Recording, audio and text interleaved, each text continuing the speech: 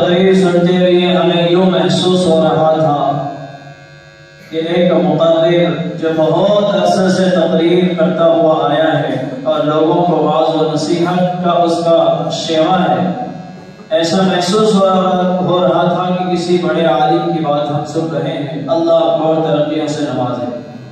آئیے اب اس کے بعد شیخ شعیب ابن شیخ احمد متعدد شعبہ حفظ، میں انہیں دعوت دیتا ہوں کہ وہ آئے حقوق والدین اس عنوان پر اپنی تقریر پیش کریں۔ السلام علیکم ورحمۃ اللہ وبرکاتہ۔ نحمده ونصلي على رسوله الكريم، أما بعد فأعوذ بالله من الشيطان الرجيم، بسم الله الرحمن الرحيم۔ وقضى ربك ألا تعبدوا إلا إياه وبالوالدين إحسانا إما يبلغن عندك الكبر أحدهما أو كلاهما فلا تقل لهما أف ولا تنهرهما وقل لهما قولا كريما۔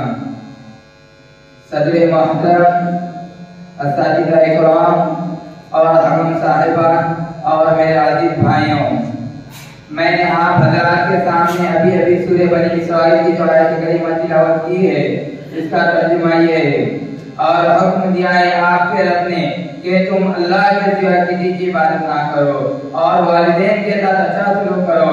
اگر تمہارے سامنے تمہارے والدین میں سے کوئی یا دونوں بڑھاپے کی عمر کو پہنچ جائے تو تم ان کو اف بھی نہ کہنا اور ان کو اف بھی نہ کہنا اور ان کو نہ جھڑکنا اور ان سے نرم بات کہنا اور ان کے آگے عاجزی کا بازو جھکا دو اور کہو کہ میرے پروردگار ان دونوں پر رحم فرما جیسا کہ انہوں نے مجھ کو چھوٹے سے پالا ہے۔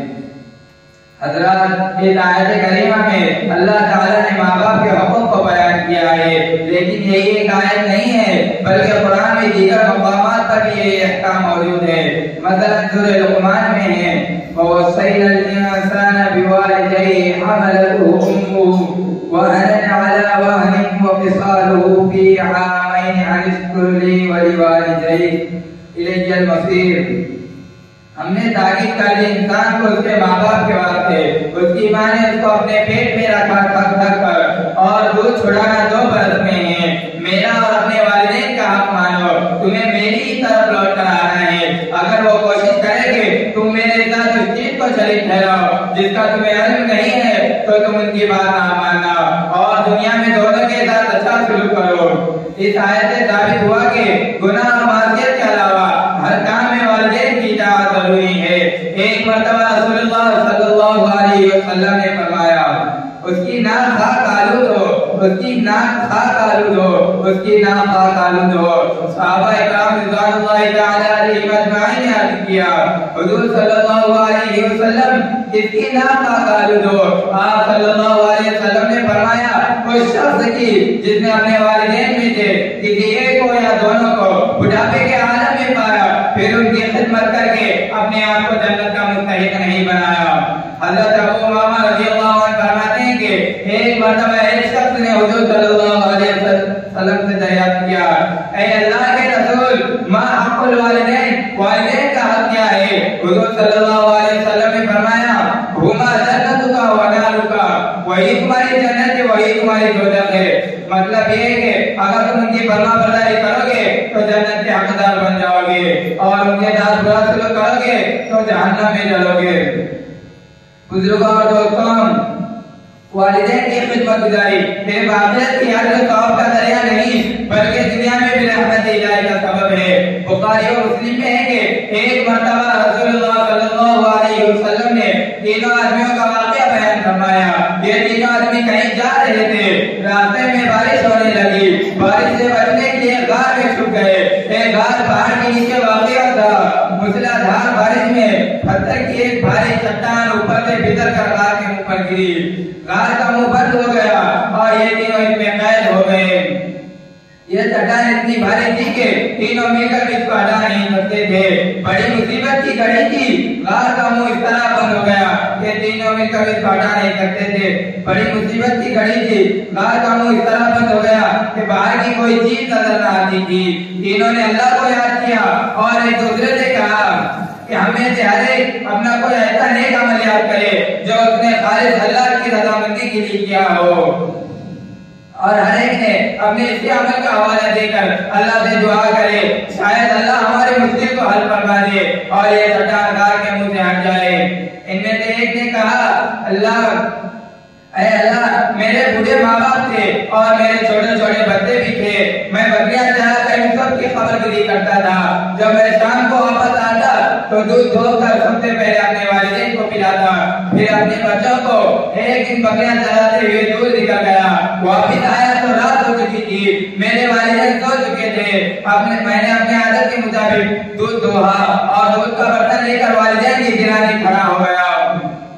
مجھے یہ بھی پسند نہیں تھا کہ والدین کو جگاؤں اور ان کے نیند میں خلل ڈالوں، اور یہ بھی پسند نہیں تھا کہ والدین سے پہلے اپنے بچوں کو پلا دوں۔ بچے بھوک کے مارے میرے قدموں کے پاس روتے اور چیختے رہے، مگر میں نے انہیں دودھ نہ پلایا اور ماں باپ کے سرانے دودھ کا برتن لے کھڑا رہا یہاں تک کہ صبح ہو گئی۔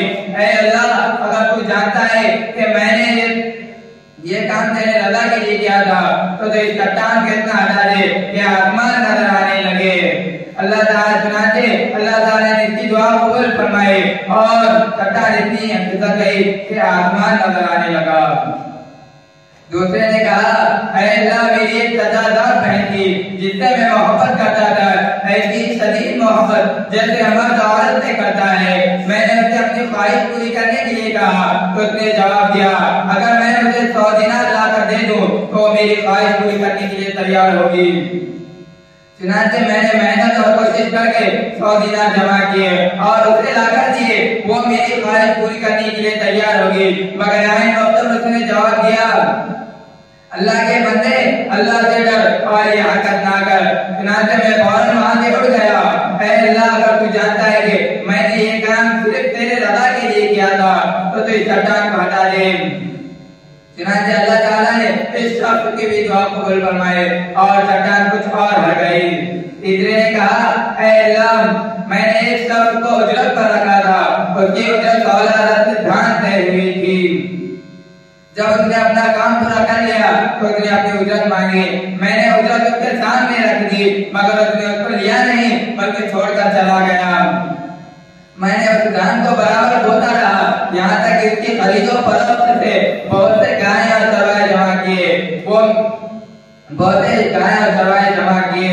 پھر ایک دن وہی شخص آیا، اس نے کہا اللہ سے ڈرو اور مجھ پر ظلم نہ کرو اور میرا حق دے دو۔ میں نے کہا کہ جاؤ گائے اور چروائے لے جاؤ۔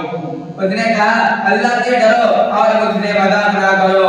میں نے کہا کہ میں تم سے مذاق نہیں کرتا، جاؤ گائے اور چروائے لے جاؤ۔ وہ شخص ان گائے اور چروائے کو لے گیا۔